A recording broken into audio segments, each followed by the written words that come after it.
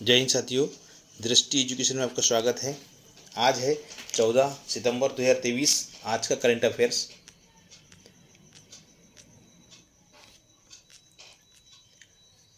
आज के प्रमुख हेडलाइंस। पहला है, बास्केटबॉल में जर्मनी ने सर्बिया को हराकर पहली बार जीता है विश्व कप। जर्मनी ने सर्बिया को 83-77 से हराकर बास्केटबॉल का 2023 फीफा विश्व कप जीत लिया है। जर्मनी 8-0 से आगे हो गया है। टूर्नामेंट में अजय रहने वाले लगातार 5वें विश्व कप चैंपियन बने हैं। टूर्नामेंट में सबसे मूल्यवान खिलाड़ी डेनिस श्रोडर ने जर्मनी को 28 अंकों के साथ में आगे बढ़ाया है, जो प्रति गेम 17.9 अंकों के अपने औसत के ऊपर था और 2 रिबाउंड और 2 असिस्ट जोड़े हैं। सर्बिया को 2024 के फाइनल में अमेरिका के खिलाफ 129 और 92 से हार का सामना करना पड़ा था, लेकिन वह 2019 में क्वार्टर फाइनल से बाहर हो गया था। इससे पहले कनाडा ने रिकॉर्ड बनाते हुए कांस्य पदक जीतने वाले रोमांचक मुकाबले में अमेरिका को ओवरटाइम में 127 से 118 से हराकर विश्व कप में अपना पहला पोडियम स्थान प्राप्त। व्यापार समझौते को शीघ्र संपन्न करने के पक्ष में है। भारत और ब्रिटेन ने दोनों देशों के बीच में मुक्त व्यापार समझौता के शीघ्र समापन के लिए अपनी प्रतिबद्धता व्यक्त की है। भारत और यूनाइटेड किंगडम ने संयुक्त रूप से 12वीं आर्थिक और वित्तीय वार्ता दौरान इंफ्रास्ट्रक्चर फाइनेंसिंग ब्रिज के शुभारंभ की घोषणा की है। यह सहयोगात्मक पहल भारत में पर्याप्त बुनियादी ढांचे के निवेश के अवसरों को खोलने के लिए मिलकर काम करने के लिए दोनों देशों की निरंतर प्रतिबद्धता को दर्शाती है। बयान में इस बात पर प्रकाश डाला गया है कि यूके के पास वित्तीय और परियोजना प्रबंधन में महत्वपूर्ण विशेषज्ञता है, जो इसे बुनियादी ढांचे के विकास में भारत के लिए एक मूल्यवान भागीदारी बनाता है। नेक्स्ट हेडलाइन है आज की, विजयवाड़ा रेलवे स्टेशन को मिला IGBC का ग्रीन रेलवे स्टेशन सर्टिफिकेट। ये बहुत ही इंपॉर्टेंट प्रश्न है किसी भी एग्जाम की दृष्टि से। ओके, विजयवाड़ा रेलवे स्टेशन को पर्यावरण मानकों में सुधार और यात्रियों को पर्यावरण अनुकूल सेवाएं प्रदान करने के लिए प्रयासों के लिए इंडियन ग्रीन बिल्डिंग काउंसिल द्वारा प्लेटिनम की उच्चतम रेटिंग के साथ ग्रीन रेलवे स्टेशन प्रमाणन से सम्मानित किया गया है। यह स्टेशन की रेटिंग का अपग्रेड है। इस स्टेशन को 2019 में गोल्ड रेटिंग भी दी गई थी और 2023 में प्लेटिनम रेटिंग दी गई है। पिछले कुछ वर्षों में स्टेशन द्वारा उठाए गए ऊर्जा कुशल और ठोस अपशिष्ट प्रबंधन उपायों ने स्टेशन को प्लेटिनम रेटिंग हासिल करने में मदद की है। प्रमुख हेडिंग है। नेक्स्ट, ब्रिटेन ने हरित जलवायु कोष के लिए 2 अरब अमेरिकी डॉलर की प्रतिबद्धता जताई है। बहुत ही महत्वपूर्ण है ये प्रश्न आज के लिए है। ठीक है, इसमें देखिए लोग, ब्रिटेन ने कहा है कि वह जलवायु परिवर्तन से निपटने में दुनिया की मदद करने के मकसद से हरित जलवायु कोष के लिए 2 अरब अमेरिकी डॉलर प्रदान करेगा। भारत में ब्रिटेन की उच्चायुक्त ने बताया कि ब्रिटेन के प्रधानमंत्री ऋषि सुनक ने जलवायु परिवर्तन के प्रभाव को कम करने और उसके अनुसार ढलने में दुनिया के कमज़ोर लोगों की मदद करने के लिए यह वित्तीय योगदान प्रदान करने की घोषणा की है। ग्रीन क्लाइमेट फंड, जिसे दुनिया के अपनी तरह के सबसे बड़े फंड के रूप में मान्यता प्राप्त है, संयुक्त राष्ट्र की जलवायु परिवर्तन वार्ता के ढांचे के भीतर स्थापित किया गया था। इसका प्राथमिक उद्देश्य विकासशील देशों को विभिन्न जलवायु संबंधी लक्ष्यों को प्राप्त करने के प्रयासों में सहायता करने के लिए आवश्यक वित्तीय संसाधनों के प्रवाह को सुविधाजनक बनाना है।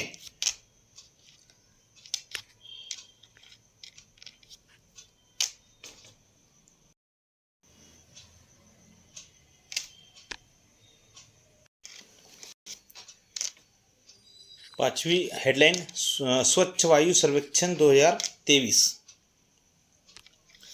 इसमें जो है केंद्रीय पर्यावरण वन और जलवायु परिवर्तन मंत्री भूपेंद्र यादव ने भोपाल में स्वच्छ वायु सर्वेक्षण 2023 परिणामों की घोषणा की है, जिसमें मध्य प्रदेश के इंदौर ने 10 लाख से अधिक आबादी वाले शहरों में शीर्ष स्थान प्राप्त किया है।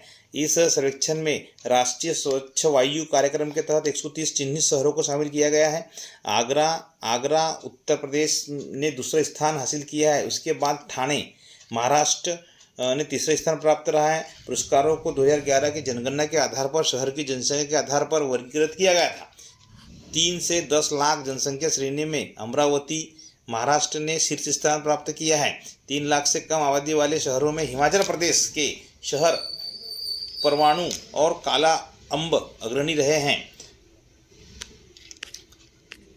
उत्तर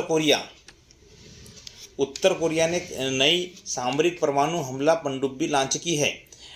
उत्तर कोरिया ने अपनी पहली परिचालन सामरिक परमाणु हमला पनडुब्बी लॉन्च करके सुर्खियां बटोरी हैं, जिसका नाम पनडुब्बी नंबर 841 है और इसका नाम उत्तर कोरियाई नौसेना के पूर्व कमांडर हीरो किम कुन ओके है। लॉन्च समारोह उत्तर कोरिया ने नेता किम जोंग उन की उपस्थिति में हुआ है, जहां उन्होंने अपने नौसैनिक बल में इस नए जुड़ाव के महत्व पर प्रकाश डाला है। विश्लेषणों का मानना है कि पनडुब्बी नंबर 841 सोवियत काल की रोमियो श्रेणी की पनडुब्बी का एक संशोधित संस्करण है, जिसे उत्तर कोरिया ने 1970 के दशक में चीन से हासिल किया था और बाद में घरेलू स्तर पर उत्पादन शुरू किया गया था। इसकी डिज़ाइन में 10 लॉन्च ट्यूब बैच है, जो दर्शाता है कि यह संभवतः बैलिस्टिक मिसाइल और क्रूज मिसाइल से लैस है।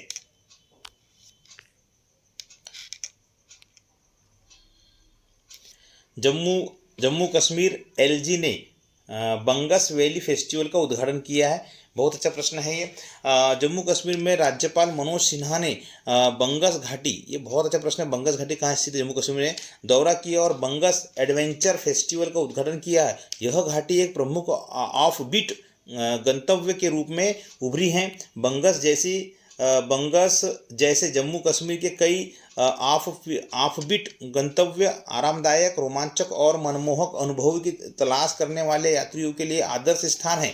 जम्मू कश्मीर रोमांच, व्यंजन, तीर्थयात्रा, पारंपरिक हस्तशिल्प से लेकर शांत पहाड़ों तक यात्रियों को कुछ भी और सब कुछ प्रदान करता है।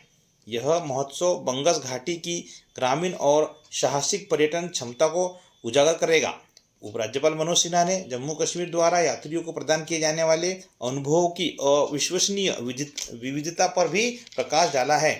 अगला उसे संदीप बख्शी को बैंक के प्रबंधन निदेशक और मुख्य कार्यकारी अधिकारी एमडी और सीईओ के रूप में फिर से नियुक्त करने के लिए भारतीय रिजर्व बैंक आरबीआई ने मंजूरी दे दी है। 11 सितंबर को की गई एक्सचेंज फाइलिंग के अनुसार आरबीआई ने 4 अक्टूबर 2023 से आईसीआईसीआई बैंक के एमडी और सीईओ के रूप में संदीप बख्शी को पुनः नियुक्ति को मंजूरी दे दी है, जिससे उनका कार्यकाल 3 अक्टूबर 2026 तक बढ़ गया है।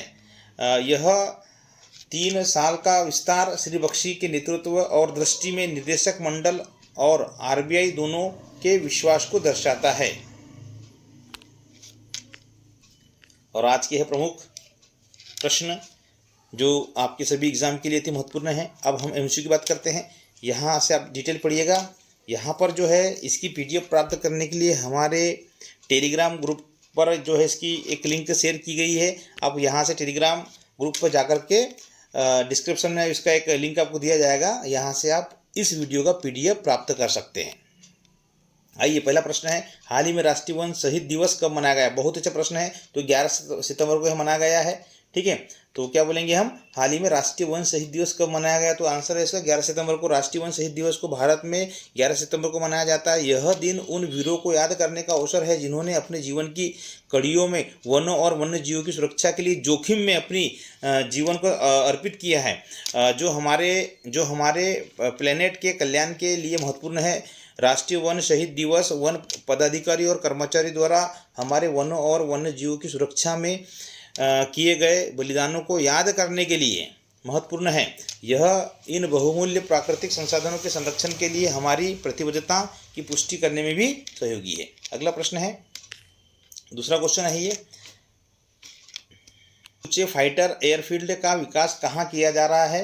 तो इसका सही जवाब है लद्दाख में किया जा रहा है। भारत ने न्योमा में दुनिया का सबसे ऊंचा फाइटर एयरफील्ड बना रहा है। भारत इसे चीन के खिलाफ एक कड़े संदेश के रूप में देखा जा रहा है। G20 शिखर सम्मेलन खत्म होने के कुछ समय बाद ही इसकी घोषणा की। सीमा सड़क संगठन यानी BRO ने लद्दाख के न्योमा क्षेत्र में इस फाइटर एयरफील्ड को बना रहा है।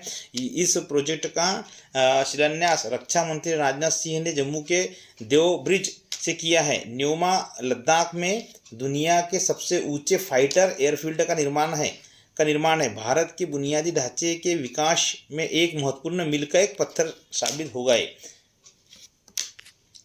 आज का तीसरा क्वेश्चन है, हाल ही में US ओपन 2023 का पुरुष खिताब किसने जीता है? तो सही जवाब है नोवाक जोकोविच। सर को जानता है, सर्बिया कहाँ के रहने वाले नोवाक जोकोविच? सर्बिया के स्टार टेनिस खिलाड़ी हैं। नोवाक जोकोविच ने अमेरिका ओपन 2023 में पुरुष सिंगल्स का खिताब जीत लिया है। न्यूयॉर्क के आर्थर एस स्टेडियम में हुए फाइनल मुकाबले में दूसरी सीड जोकोविच ने तीसरी सीड रूस के डेनियल मेदवेदेव को सीधे सीटों में 6-3, 7-6 और 6-3 से मात दी है। नोवाक जोकोविच का यह 24वां ग्रैंड स्लैम है। भाई ये इंपॉर्टेंट प्रश्न है, 24वां ग्रैंड स्लैम है खिताब रहा है। अब जोकोविच ओपन एरा में सबसे ज़्यादा ग्रैंड स्लैम एकल खिताब जीतने वाले खिलाड़ी बन गए हैं।